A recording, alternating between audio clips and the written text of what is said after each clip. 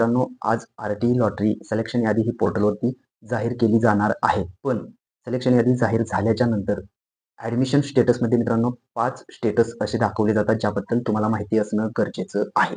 कारण ते जर माहिती नसेल तर मित्रांनो ॲडमिशनसाठी तुम्हाला प्रॉब्लेम येऊ शकतात.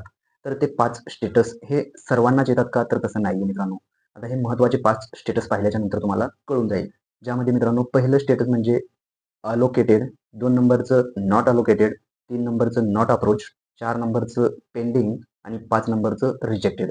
हे 5 जे स्टेटस आहेत, हे स्टेटस का येतात? स्टेटस कुणाला दाखवतात? आणि याचा अर्थ काय होतो?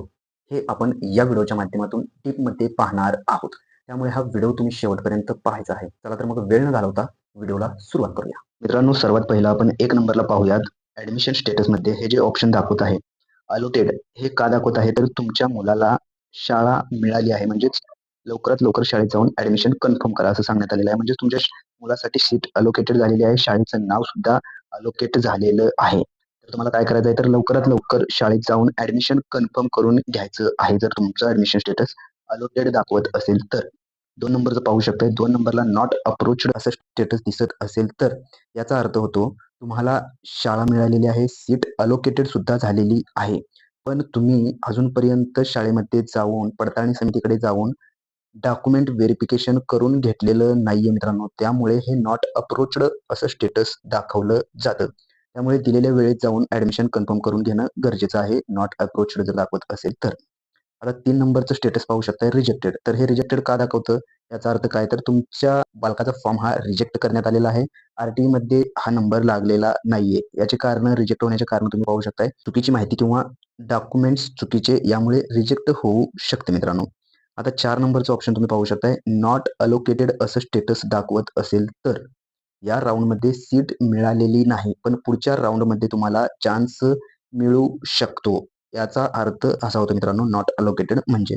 आता हे जे पेंडिंग 5 नंबरचं ऑप्शन तुम्ही पाहू शकताय. पेंडिंग स्टेटस असं जर दाखवत असेल तर तुमचा अर्ज अजून प्रोसेसमध्ये आहे, व्हेरिफिकेशन बाकी आहे. आता हे काय येतं? तर वेटिंग लिस्टमध्ये जे विद्यार्थी असतात मित्रांनो, त्यांच्या ॲडमिशन स्टेटसमध्ये हे पेंडिंग ऑप्शन दाखवलं जातं. तर मित्रांनो, हे काही 5 ऑप्शन आहेत मित्रांनो. Allotted, not approach, rejected, not allocated आणि पेंडिंग. थोडक्यात त्याचा सारांश तुम्ही पाहू शकताय. सिलेक्टेड म्हणजे तुम्हाला शाळा मिळालेली आहे, ॲडमिशन कन्फर्म करून घ्यायचं आहे. नॉट अलोकेटेड म्हणजे तुम्हाला सीट मिळालेली नाहीये.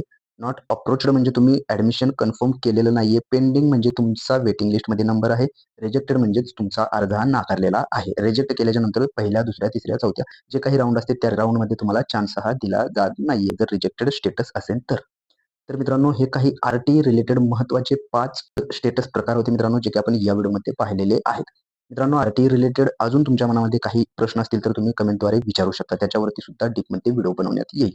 तर मित्रांनो, अशाच प्रकारचे नवनवीन व्हिडिओ आपल्या चॅनलवरती अपलोड केले जातात. त्यामुळे तुम्ही जर का आपल्या चॅनलवरती नवीन असाल तर सर्वात पहिलं आपल्या चॅनलला सबस्क्राईब करून बेल आयकॉन दाबायला विसरू नका. चला तर मग भेटूयात पुढील व्हिडिओमध्ये. धन्यवाद मित्रांनो.